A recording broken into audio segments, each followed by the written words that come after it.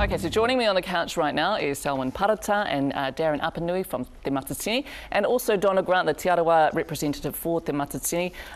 The reputation of Te Arawa was on the line. Donna, how do you feel that it turned out? Well, how can you not celebrate the fact that we all came together in our multitudes from a haukainga perspective and just gave the best hospitality that we could give and worked in cohesion with Te Matatini National Office. To me, it was fantastic. And it's a much loved event. Everybody gets so excited about Te Matatini every time.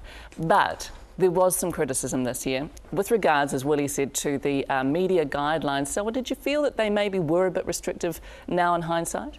First of all, I want to go back to the Matatini itself. Te Matatini was an enhancing event for Te Ao Māori. It was enhancing from Te Arawa's point of view, from Te Matatini's point of view, from right from the pohiri right through the event. It was wonderful. Now, I'm afraid I do have to move you on just because we have so very little time. Do you feel now that the restrictions were just a bit harsh? No, I don't. I think we had a contract with Māori Television.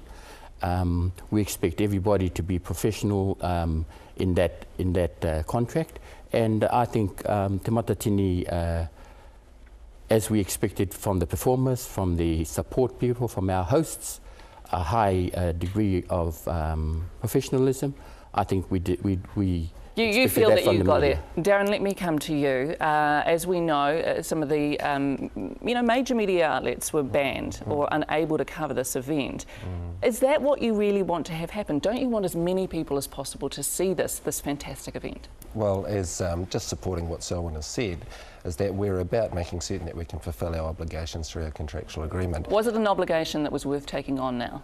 Yes, I think that it was an obligation, that we're proud of what we've achieved. If you have a look at the results that we've achieved through the showing of the show, especially on finals day, we had over 200,000 people watching that. We were able to stream it over to Australia and out through to Europe and America. That to us is just a really good achievement. Do you think the criticism, there was some criticism out there that mainstream media didn't do enough. Do you think that's warranted, given that it was actually very difficult for mainstream media to cover this event? It wasn't difficult for mainstream media to cover the event. There were some guidelines put in place, and had it all followed. Well, it was difficult because a news operation relies on getting news first and fast, and if they can't do that, the restrictions were after 10 o'clock at night, right, and you can't use anything but official footage, so it was difficult. Well, as you're fully aware, with any exclusive type of operation that we have in place, and Television New Zealand would be fully aware of that, there are certain rules and obligations that we have to follow, and that was what was in place, and we're comfortable with that. But even, Darrin, the Olympics provides 2 minutes of footage a day. Will you be reviewing your media strategy next time round? Oh, of course, everything's on the table there, Miriama, and we'll be looking at our relationship. But as you were given the 2 minutes opportunity, and so we'll continue as we do with all of our review processes. So will it change? Well, that's part of the review process. We're only a week out from when we've just finished the festival, so there's a lot of things that we have to do. Okay. I mean, because the reality is, it's going to Mairohe, for example, next time around. Very excited about that. But Selwyn Parata, could it be that I might get turned away as a media representative? Oh, definitely not. Well, there were bans put in place against TV3, TVNZ experienced one. Mana Magazine said that they weren't going to be there next time around. It's absolutely reasonable for me to think that maybe I might get banned too, isn't it? News about Mana Magazine is news to me. I didn't know anything about Mana Magazine. But no, the media, we encourage the media to come to the event. The two groups that were banned, they breached the protocols. Okay, so as long as we stay within the rules and don't broadcast after 10 o'clock at night, then we might have a show. But then, of course, it's all but old news at that point. Donna, you know what goes in for performers, what goes into putting their performances together and to getting on stage. And as we saw, it's over $5,000. It's a huge cost.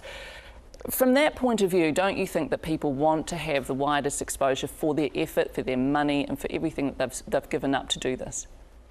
Absolutely, they do. The parameters that were in place, and so as we look forward, and as Darrin has alluded to, everything's up for review. and how we review that process so that we're fair to everyone, so there is reciprocity, and so that the many faces of Te Matatini are demonstrated and celebrated. That's what we want for future festivals. Okay, well, let's move this forward. I mean, as we've been saying, it is going to Ōtautahi next time around. We're excited about that. What are your expectations for that event? Darrin.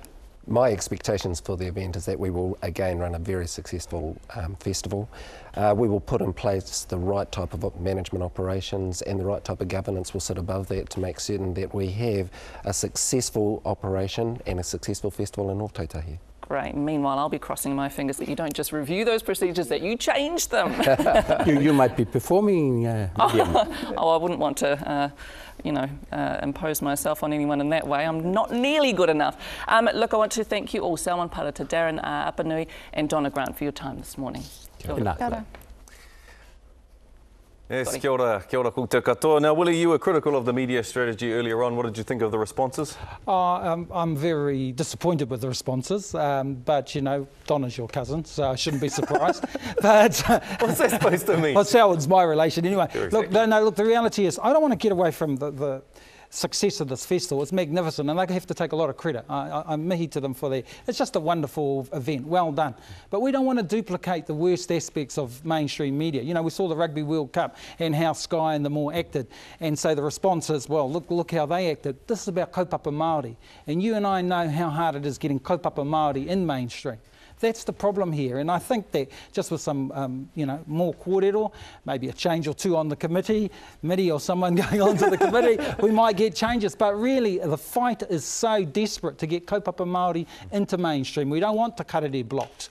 I don't want Derek Fox blocked. I don't want TV3 News blocked. We want it right out there, and so I hope things do change. But congratulations anyway to Māori Television and to the committee. Overall, a really successful festival.